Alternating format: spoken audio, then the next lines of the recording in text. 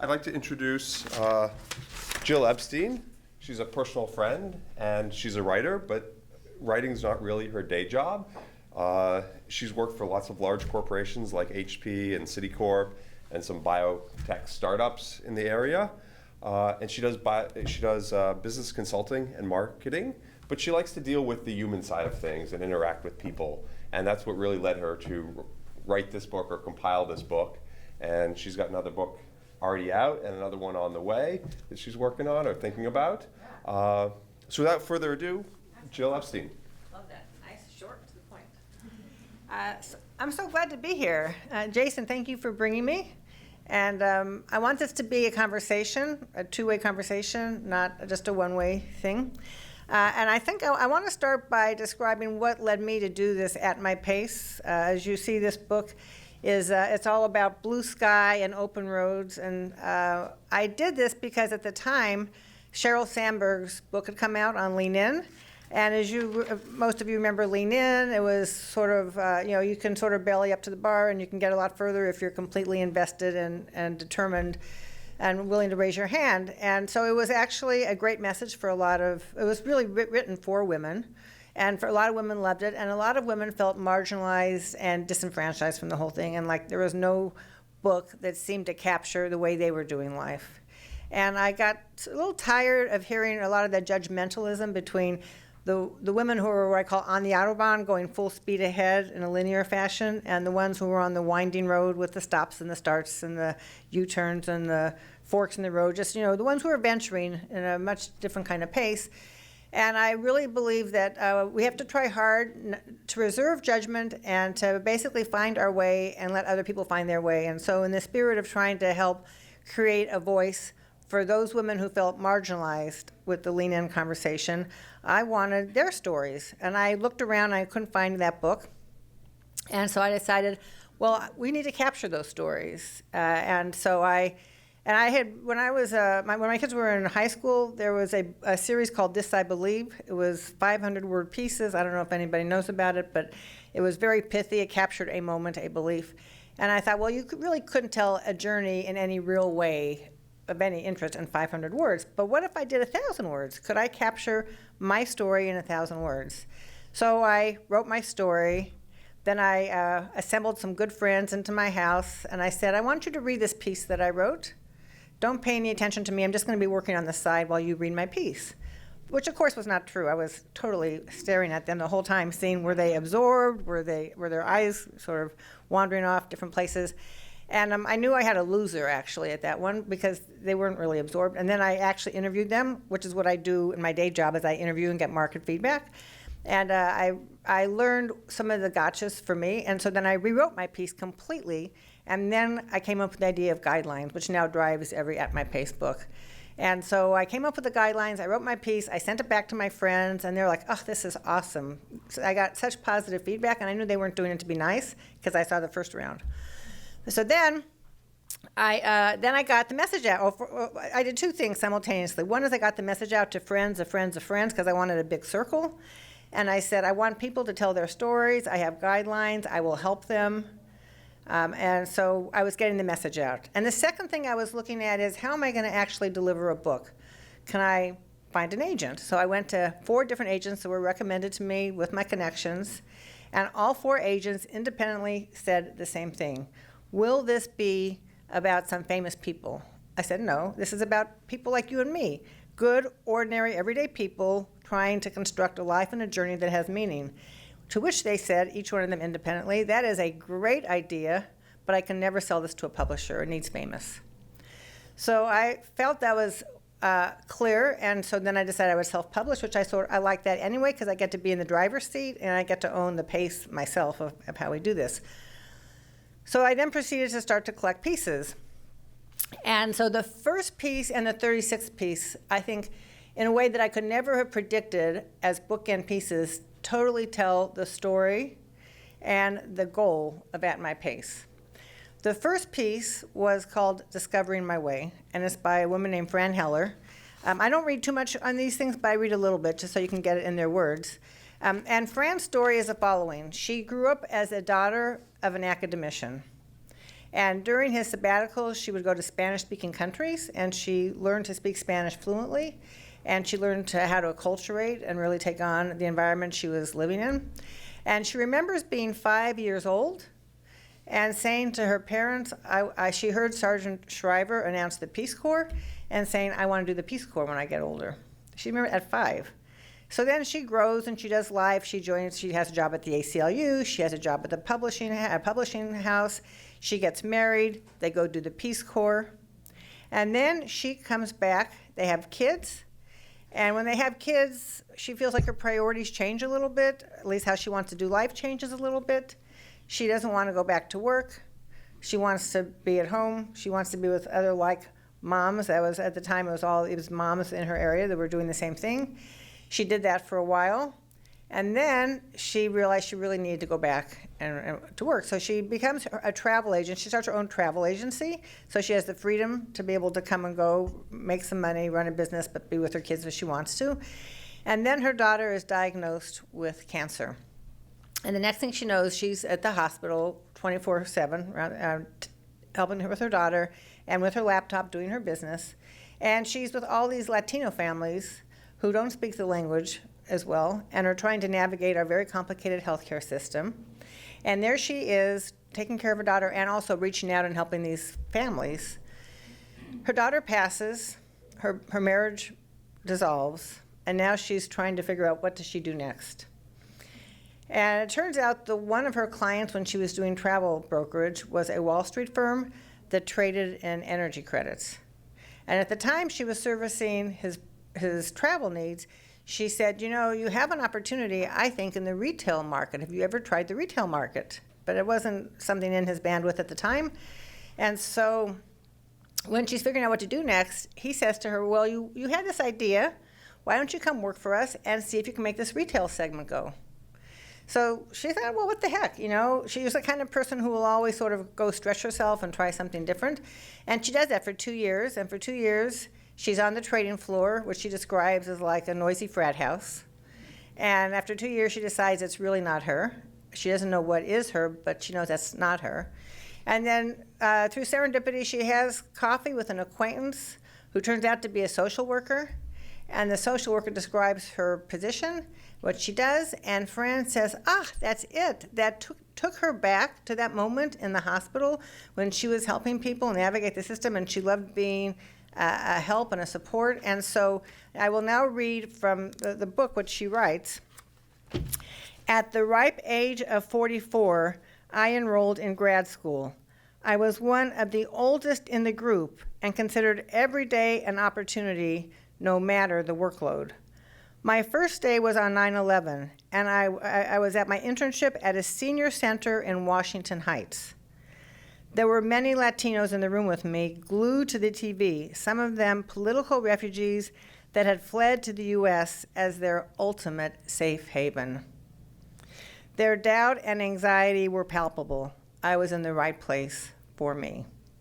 That was the very first piece I worked on, discovering my way. And it was very validating for me that here was a woman, a really, truly wonderful woman who had to weather pain, had to weather the complexities of life, who ended up in her 40s finding her calling. I was in New York in the last year, and I actually met her face-to-face because most of my conversations happen on the phone. And, I mean, she just loves what she does. She's at Columbia. She started the palliative care program, which was also harkened back to her daughter and her treatment with cancer. And so I thought, wow, this is great. This is motivating to me to know that I have something here that I can work with. So then I proceeded to send out my guidelines and capture stories. And it took about a year and a half. And then I think I'm all done. I'm having lunch at my daughter's in Manhattan in New York. And my niece is there. And I say to my daughter, Sarah, this is awesome, 35 pieces. I'm ready to publish. And my niece, who's in her mid-30s, says to me, do you have that voice, that woman who's single, who never got married, who never had kids, who always felt that she let her family down because she didn't meet their expectations? I said, Hillary, I have single women. Not everyone has kids, but maybe I don't have that voice. do you want to write that piece?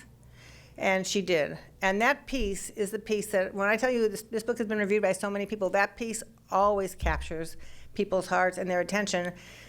Because what Hillary is so talented and so wonderful in so many ways, and she should never have any self-doubt. There should never be any of that feeling of, why am I not measuring up to other people's expectations, whatever those are. And yet she had them. And so she decides one day, while she's watching the marathon, the New York Marathon, she says to her friend, we're going to run the marathon. And her friend's a little surprised. And she says, why are we going to run the marathon? Because it'll be the first true choice of something that I did for me that was never expected by anybody else. I want to run the marathon. Hillary is a large woman, and she doesn't like to run. But somehow this challenge took on such significance to her, and she trained for a whole year. I would ask her how it's going. And besides her, the sores and the aches and the need for massages, she would say, I'm so sick of Beyonce. I've been listening to so much Beyonce when I run. I got to find somebody else. So then that year was the year that Hurricane Sandy happened. And so after all that training for a year, the marathon was canceled. She was devastated. I really, like, the most serious mourning and loss that I'd seen in a long time. And I understood it in a way that I couldn't possibly have understood had I not understood this piece. And then she signs up to do it again, and the next year she runs. And she describes at the end of her story what it meant to her to see all these people lining up, because she had friends. My daughter was there. She had a lot of people lining up to support her in this run. And she said their presence not only provided strength and encouragement along the route, but it was an affirmation of me and my choices, a celebration that even if my life doesn't follow the predictable path, I am worthy of being celebrated for the choices I do make in all their iterations. And the question I asked myself when I was looking at all these pieces is, the first piece was about discovering my way. The last piece was about celebrating my choices. How do we go from discovery to celebration? What's that process that gets us there? So I will share with you what I call the new 3 R's that I learned, but before I do that, I want to know, does anybody have any questions, any thoughts so far on anything that I've said? Anything you want to say? Yes. I'm interested in how you collected the stories, like if you were looking for certain voices and would go and seek them out, or if you just kind of spread the word throughout your network and people kind of just signed up for it, or how did you navigate that's a that? great question. It was both. I definitely had a push going on, I went to so many different, you think all the different places in your world that you've been, and I would go into those places and say, anybody here want to write a story? Do you know anybody who wants to write a story? But what I didn't want, I'm in my late 50s, I'm Jewish, I live in Newton, I'm privileged. Okay, I did not want 36 people that were like me. I don't think, if I were to grade myself on that particular score, I would give myself a B or a B minus. I tried very hard, but a lot of people are uncomfortable telling their story. And actually, when you deal with what I call ordinary people like you and me, most people either A, don't feel they have a story worth telling. I have to convince them that they have a great story, and I'll tell you an example of that in a second. And then some people just think they don't write. I mean, a lot of people are not comfortable writing, and to that I always say, but I am your safety net because I love to write, and I can help you even capture your voice. I spend a lot of time working on these pieces with the contributors, so I take those away. Now the second book, which I'll do a plug for later, called Lessons from My Mother, it looks like this. I did a much better job on capturing a much broader audience. Well, first of all, it's men and women.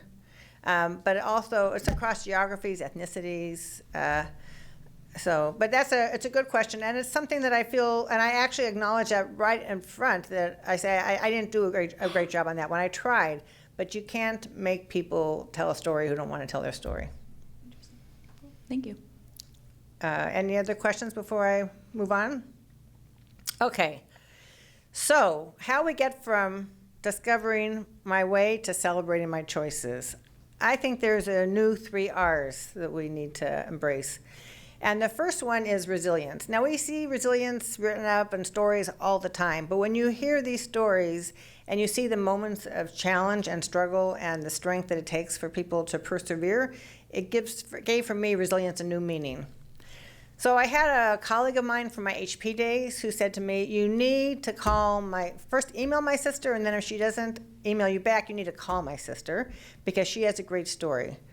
And I find out a little bit about her story, but not enough to do much with it. So I email, Susanna Fontacova is her name, and nothing back. I email her again, and then I email her, I say, your sister Jeannie says I must talk to you. You have a great story. And here's what I'm trying to do. So she calls me back and she says, I have no story. I said, well, Jeannie says you have a story. Tell me a little bit about yourself. There's not that much to tell. Okay, I was widowed at 40. I lost my job. I had to raise 2 kids. I had to start a business. And yes, I got through it all, but what's the story there? I'm like, that's a story. So what happened, her story is so poignant. And so when I first read it, I'm not a crier or a teary kind of person, and I hate mushy-gushy, but her story really did get to me. She remembers taking a chairlift up Wild Cascade Mountain, and they get to the top of the mountain. She's in her 20s. It's beautiful, and they decided it's such a beautiful day, they'll just walk down. It's so pretty. Of course, they don't realize how far the walk is, and they're walking and walking and walking, and it looks like they've gone nowhere. And so she sits down and she pouts on a rock. She sits down on a rock and just pouts. And her husband says to her at the time, get up, you can't pout, nobody's gonna rescue you, nobody's gonna be here. We have to get ourselves down the mountain. And he's thinking about sunset, how far it is, what the pace is they have to keep. So they get down before sunset, all is good. And when he's 42, she's 40, he just dies of a sudden heart attack. She has 2 young kids, I think they're like 10 and 12. And she's working at AT&T, and shortly thereafter she's laid off. So they don't have much money. She's doing this, she's mourning the loss. But she finds comfort in her widow friends. They're the ones who understand her loss. But her widow friends are much older than her. There aren't too many 40-year-old widows. And AOL has just hit this world, and they have computers, and they do not know how to make AOL work on their computer. So she's like, this is great. She helps them with AOL on their computer, and in exchange, she gets this companionship and support system that she desperately needs. So her friends, they appreciate her. They also understand what she's going through. And so one of her friends says to her, basically, she should start a business doing this. She says, this is what she described. She says, with no help, with no job and no spouse, I help my friends learn their way around AOL to keep my sanity. One day, one of my friends suggested that others like her were also struggling with their PCs, and since no one was hiring, I could simply create my own job. It's madness, I thought. I had no experience being a business owner, but then I had been no hiker either. So she has that image of going down the mountain, and she can't pout. She has to get herself going. I spread the word, and soon I was in business, coming to the rescue of many a senior lost in the world of Windows and AOL. While the money was a fraction of what I used to earn, my new job was helping me become a whole person again. Along the hike down my own personal Wildcat Mountain, life changed in many ways. I became business savvy and gained confidence I never would have foreseen. I joined a professional organization. I was soon on its leadership team, and then I became president. And all the while, I was developing my business. Over the years, I had to stand strong and survive many major events without my husband. Graduations, walking my daughter down the aisle, the girls moving out as adults.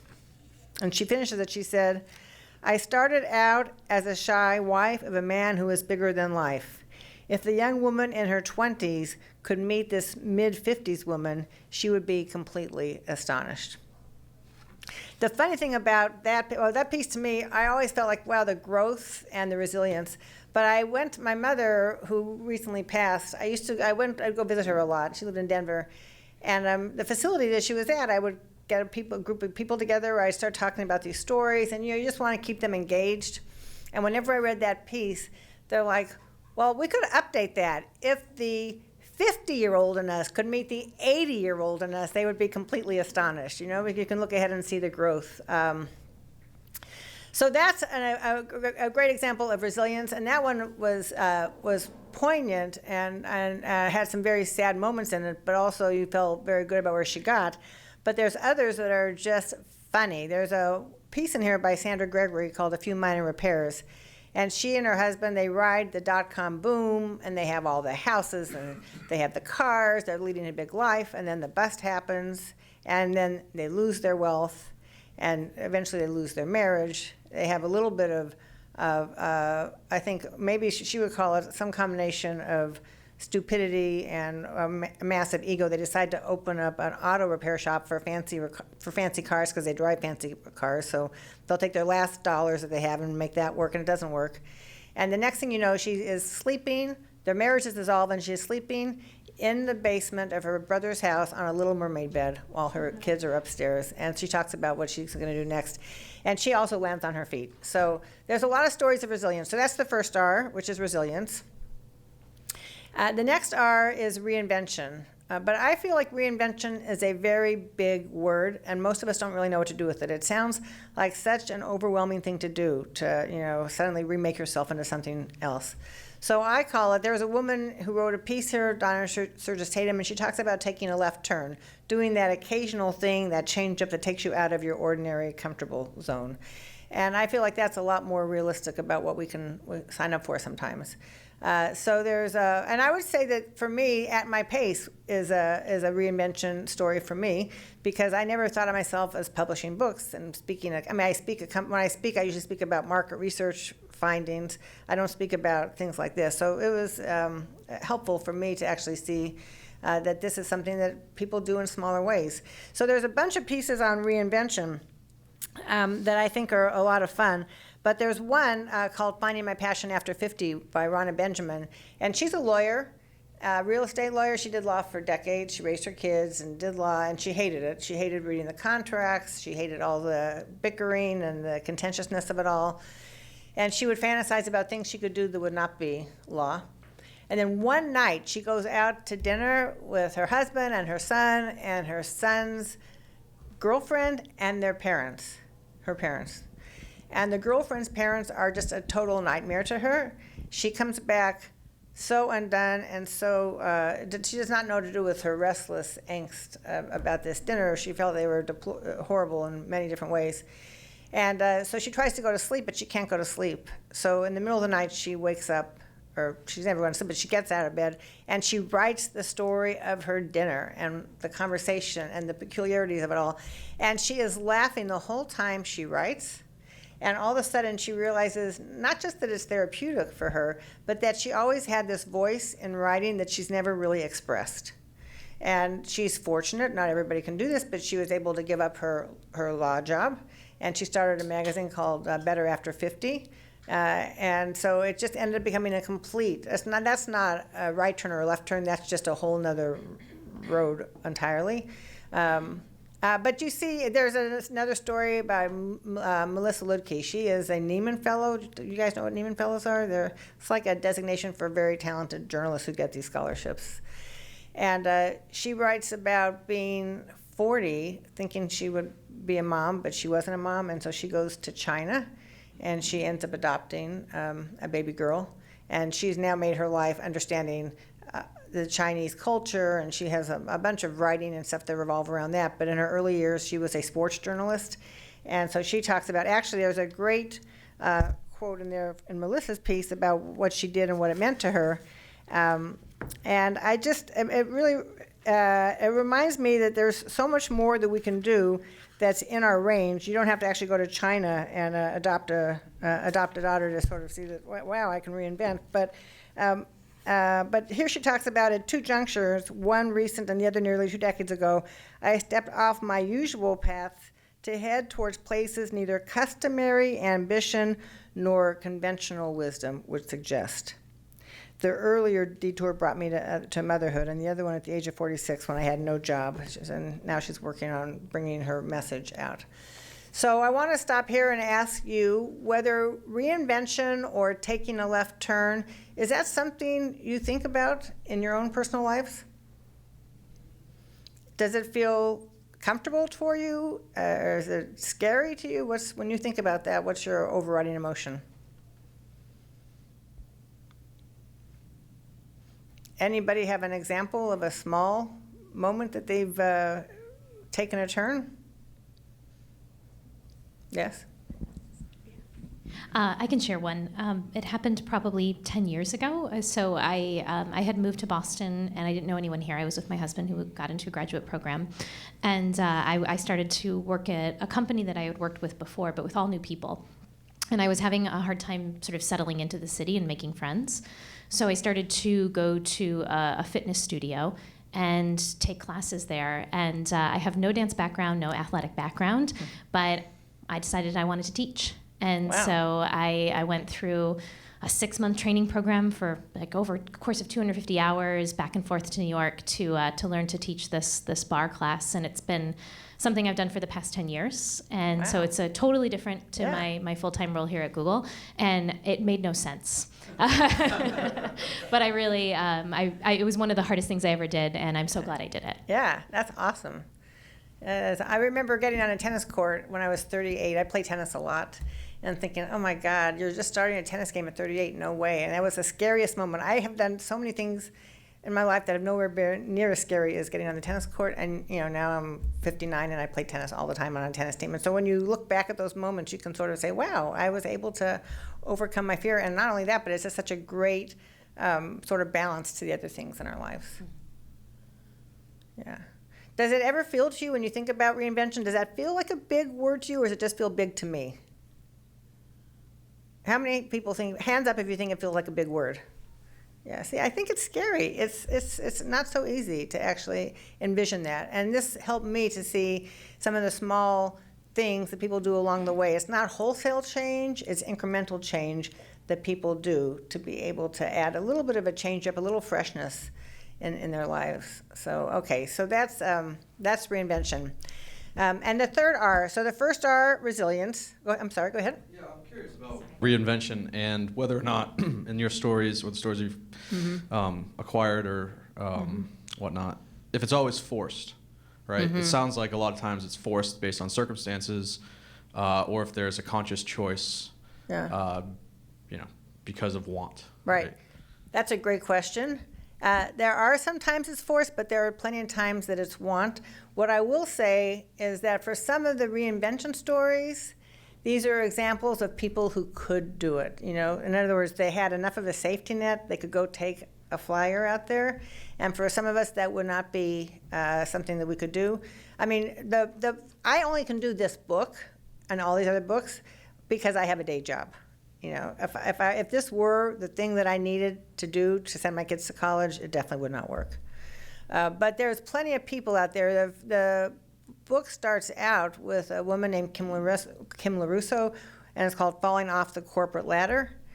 And her life is just not working anymore. And I'm going to describe that in a second under a different topic. But she didn't have to do it. It just, the pain was too high for her to keep everything static as it was.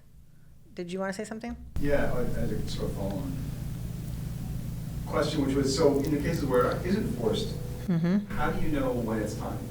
And how do you sort of step outside of who you are now to recognize what might be instead? Yeah. So that's a great question. The people, when I asked them, like, so you made this change, it was something that typically persisted inside them for a long time. I'll give you the story of my brother, who's not in this book. My brother was a lawyer on a partnership track for a prominent law firm in the Boston area. And every year he would get an application form from the Jewish Theological Seminary to be a rabbi.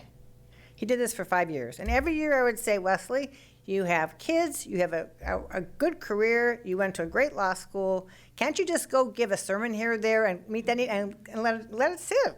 Give it up, That was the practical person in me. I wouldn't say that today. After 5 years, he could not say no to it. I mean, it just persisted. And there's so many stories like that where people, they just get driven on a need that they have. But what I will say is that actually how you meet that need might be more of a tinkering than all of a sudden lifting yourself up and like trying something very different. There's a story here by a woman, by Suzanne Offit, on the need to dig. It's another rabbi story. But she had no idea she wanted to be a rabbi. She didn't think that was just nowhere in her concept of herself. But she'd been reading, she'd had boys, she had a bris, she wanted to read more. The more and more learning took her to more and more a certain way. And her husband was like, well, just continue to learn and enjoy that, but like leave our life as our life is. But she couldn't. She was just propelled, and to the point that she did go to rabbinical school. She's a wonderful rabbi. She's a chaplain, and she takes, she really tends to the people who are in the most physically challenged states in their life. And she had to actually take her family with her along this journey. And she talks about that. She talks about their needing to have therapy, and all of a sudden that their whole world has been sent in upheaval because now she's dividing her time in so many ways, and they're not just the center of her world, and she has so many other things. And so it's not an easy path. But the nice thing in her story is that they all sort of grew in the process, even though there was some pain. So the answer is, I don't think, in most cases, I don't see people all of a sudden, they're like, okay, I was this, but now I'm that. I feel like there's a lot of testing and tinkering, and the ones who actually persist usually persist because they don't see an option not to. It's like why I'm thinking about my third book. I don't really want to be thinking about a third book. I want to just enjoy these two and do my work. And yet I know this third book is I'm ready to get the guidelines going and start a process again. So I think there's something inside you that just drives you in a way that you can't explain and maybe can't even control. Actually, David Sandberg so he wanted to be a college professor. He was getting a PhD in English literature. He's all about books. He's always been about books, but he's a lawyer. He was the in-house counsel for ITA that Google acquired. And they acquired a bookstore, right? Porter Square Books. But that was always a dream. And eventually they get it, but it was something in him. I mean, that book thing was in him from the time I knew him in his 20s. Okay, so the last theme I want to talk about is resetting your perspective. And that has so many pieces to it, but I'm going to talk about two today. One is about the burdens of perfection. We live in a time now where, here's what we expect from ourselves. We expect 10,000 steps a day, an immaculate house, kids if you have kids, the kids are doing well in school, and they have all those extra skills and lessons and stuff, so they're becoming these big, well-rounded human beings. And, your career is on track, and you're able to communicate with all the loved ones, and you have a book club that everybody's, you just have all these things that you think are all going to work. And, of course, that burden is a big, heavy burden, and you can burn out and spin your wheels trying to make sure that all those things actually get achieved. So I mentioned Kim LaRusso a second ago. Her story is, she opens up the book. She's on a train headed out of Boston to go pick up her kids from daycare. The train has malfunctioned, and so they're dead on the tracks. Her husband is traveling, and so yet again, she's going to be the last one to get her kids from daycare. Yet again, they're going to end up waiting for her because she doesn't think she'll get there in the hours that they've posted. And then she's going to rush home, and she's going to go through the bedtime ritual, and then she's going to return to her job to finish the work that she didn't finish during the day because she was rushing to get the kids. So she falls off the corporate ladder, and what she describes is, she says, her husband travels and she travels some, and the community hard to find time. So she says, after my husband and I finally find a quiet moment to talk about our challenging schedules, 3 things become clear to me. First, I need to accept that in our current scenario, I can't make everything work to the standard that I'd like. I know that I am fortunate to have a set of problems caused by the 2 full plate of being a parent, a wife, and a working professional. Believe me, I wouldn't trade my problems for someone else's, and yet somehow I am not enjoying my bounty. Everything feels like a burden, and on particular days, a Rubik's Cube that I can't solve. So she goes back to her employer to see if there's any flexibility, because they're known to be a flexible 21st century modern day employer. And they say, oh yes, in many jobs, but not for you. I'm sorry, we can't do anything for you here. So she ends up leaving. It's scary for her, but she's also helped out because her husband has a job. And also because she knows she can actually leave this with some consulting gigs in hand. She can consult for her employer, her ex-employer to be. She can do some other consulting, so she can figure out how she can cushion her landing. She's picked up some teaching jobs. She's an adjunct teacher at Emerson. So she's made it work. And she talks about work-life integration, not work-life balance. It's the ability to be able to sort of make things work together, because everything has a little bit of give, but you don't have, balance is a word that maybe we use, but we don't really mean, because I think most of us don't really feel like we have balance, right? So she describes, she says, the good news is we're not eating Costco roasted chicken nearly so often. But the best thing is, she says, in my brave remade world, I am not as hard on myself. She has learned that perfect is not an option, and that if she doesn't try for perfect, she's a lot happier. So I then reached out to my pediatrician. Now, my pediatrician, you talk about how I find people. What I knew about her is that she went to medical school in her late 30s, and she had training in her 40s, and we didn't pick her up as our pediatrician until her mid-40s. I'm like, that's a great story. I don't know what happened there, but I know there's a great story there. And she did not disappoint. It was a great story. She went to Kent College during the riots. She walked down her wedding aisle pregnant in a time when people didn't do that. Her parents barely talked to her. She is great. She has 3 kids. So she says, okay, I'm going to talk to you. And then she tells me her story about her parents, her kids, and everything's like, oh my God, but you're the perfect person. This is what I'm thinking. I don't say it. And yet, even behind the perfect, it's like Oz, behind the curtain, it's just Oz. Behind the curtain, it's just another human being with a different set, but a similar set of challenges.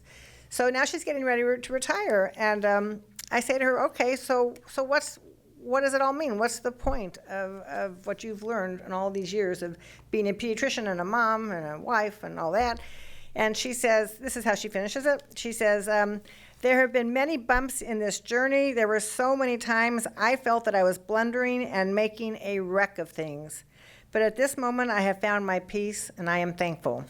Sometimes our words come back at us, and right now I am hearing the advice I have given first-time parents and what I call reality orientation. There they sit, exhausted, exhilarated with overwhelming love, determined not to make any parenting mistakes. They never tell me this, but I see it. I've been there. I tell them, you are not going to raise the first perfect human. Give up now. No path is perfect. No decision is beyond question. And so I counsel, love well, be strong, laugh often, be bold, and don't think too hard. As I enter retirement, the same goes for me, and so I will. And I felt when I heard those words, it was like the exclamation point on the burdens of perfection, what we do to ourselves by expecting our perfect kids and our perfect lives. The last part that I want to talk about of the 3 R's, I'm going to remind you, the first R is resilience, the second R is reinvention, but somehow we have to step it down in a way that we can get our arms around it and play with it some, so it's not so foreboding. And the third one is resetting our perspective, and we just talked about the burdens of perfection. But the next part about our perspective is about how we need to allow ourselves dormancy. We need to allow ourselves to be able to be still and have some downtime so that we can continue to do what we want to do. That if we rethink of dormancy as what we need to have before our boost of productivity, it's helpful. This is actually, of all the challenges that I've read and digested and all that, this is the one that I personally have the most difficulty with. So I have a very close friend, and she graduated from Hopkins. She's super smart and hardworking, and she got on that busy track that everybody gets on when you get out of college and you get your first job, and she hated it. She said, I was not meant to live a hurried life. So she and her husband have a daughter, and she decides she's going to get off that track. And she's a fantastic writer, a poet and a short story writer, also a tennis player. That's how our worlds came together. So she writes, she was writing poetry, and her father had a stroke. And then he was in Florida, and she was here, and she was going back and forth, visiting him every couple weeks. They couldn't move him. And this happened for over 2 years. And she could not write a poem anymore. Her poetry pen just died. And for a woman who loves to write poetry, that's the thing that gives her, that's like the bar for you or tennis for me, that's what she does. It was painful. And one morning, she wakes up, and she has this poem in her head called Day One. It's in the book. it's the day that the stroke happens and she realizes how much his world has changed, how much their world has changed, but she doesn't think that he realizes it yet. She then writes 25 poems in the next month. He actually passed a few days after day one was written. She came down to Florida because she got the message, and she just, all of a sudden, it was just a floodgate that opened up. Now, that's an extreme case of dormancy preceding productivity, but I think that for all of us, we feel so compelled to see if we can get ahead and do a little more and do a little faster. My to-do lists are very long, and it seems like I add more to them than I take off from them, that it's hard for us. I actually, when I was at ABC doing this, and I asked the group, do they have a hard time with this? These are all women. They were ABC and ESPN, and they're pretty much drivers. And they're like, oh, we have a horrible time with this. But one of them said, but I have a sister, and she does yoga, and she just stares at a wall for like 30 minutes, and that's her, just stares at this wall. I'm like, oh, that's awesome. And then another woman said, I could never do that. I'd be looking at that wall, I'd see a dirty spot, I'd immediately have to go get up and scrub the wall. And that would sort of be what I would probably be like too.